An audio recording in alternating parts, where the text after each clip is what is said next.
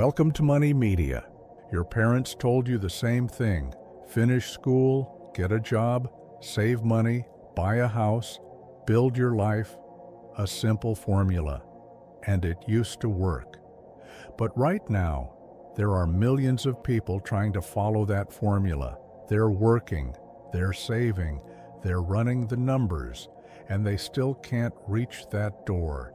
House prices grow every year. Wages stay where they are, and owning a home is no longer a goal, it's almost a fantasy.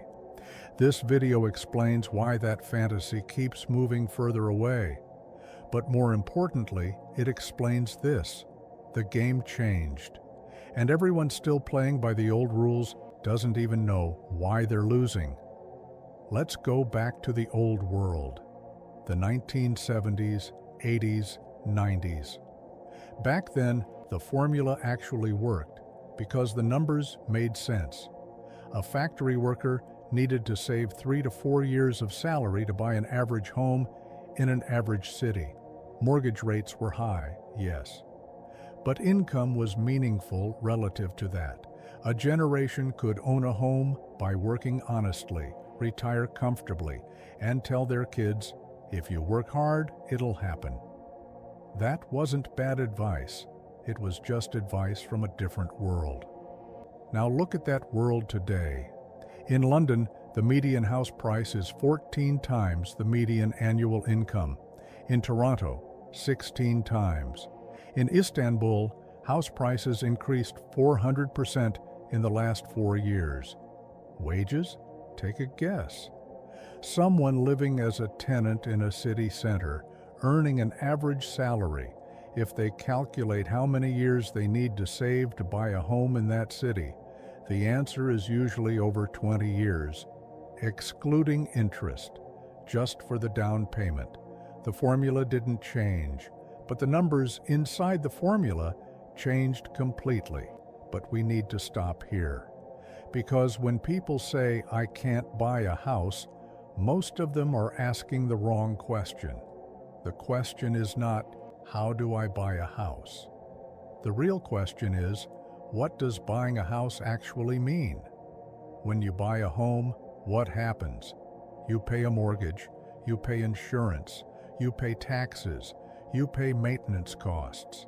And what the house brings you every month? A roof. A roof is valuable, but it's not income. Think about it this way. You have an asset. If that asset brings you money every month, it's a wealth tool. If it takes money from you every month, it's a liability, regardless of what it's called. A home you live in is, in all likelihood, the second category. This doesn't mean buying a home is wrong, but it means this: treating a home as a wealth tool is only correct under specific conditions, and those conditions fit fewer and fewer people in today's world. This is where something shifts. The sharpest financial minds are now asking a different question. Not, what should I buy? But what will generate income for me? That distinction sounds simple, but it changes everything. Think about it. 2 people. The first saves for 10 years and buys a house. The second spends the same time building an income-generating system and uses that system's returns to buy the house. The first bought the house by working. The second bought it by running a system. The difference: the first still has to work. The second doesn't. This is the essence of the new game. The game is no longer about owning things, it's about owning income. So, what does this actually look like? I'm not going to give you a step-by-step roadmap here, because that kind of content is everywhere, and most of it doesn't work. But let me tell you something, and listen carefully. Throughout history, great fortunes were built on 4 things: capital, people, code, and media. Capital is money making money. People is using someone else's time. Code is something written once that runs forever. And media is an idea, a voice, a piece of content reaching millions of people who have never met you. Which of these four is most accessible today? Media. Because a laptop is enough, an internet connection is enough, and the right idea is enough. A piece of content you create today can generate income next month. A system you build today can run for years, while you sleep, while you're doing other things, while you're on vacation. This isn't become a YouTuber. This is understanding the leverage mechanism that the digital world offers. A factory worker sold their time. Work more, earn more. Work less, earn less. Time runs out, income stops. But a person who builds a system owns that system, and the system runs without its owner. That is the difference between owning a home and owning income. But wait, at this point, I need to tell you the truth. This is not easy. Building a system takes time. It requires invisible effort at the beginning, and most people quit before they see results. But I also need to say this. The traditional path isn't easy anymore either. Working 30 years and buying a house with a retirement bonus, that's a fairy tale now. That path broke too. It just broke more slowly, and nobody said it out loud. The choice isn't easy path or hard path. The choice is, which difficulty am I choosing? The first work, save, sleep takes you somewhere, but the coordinates of that place have changed.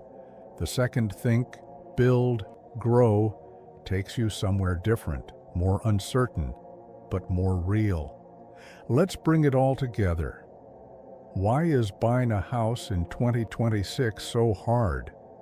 Because the game changed.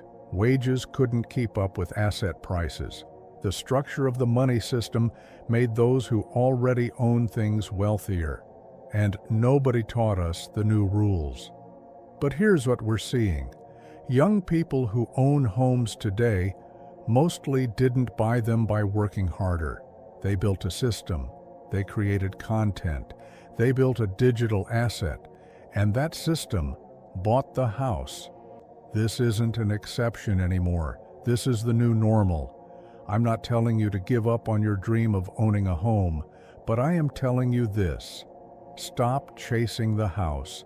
Build the system that will buy it. Financial freedom is not about owning more things.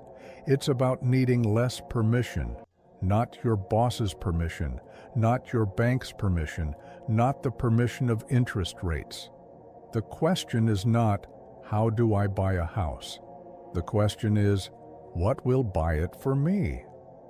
The day you start asking that question, the game changes for you. Money Media. See you in the next one.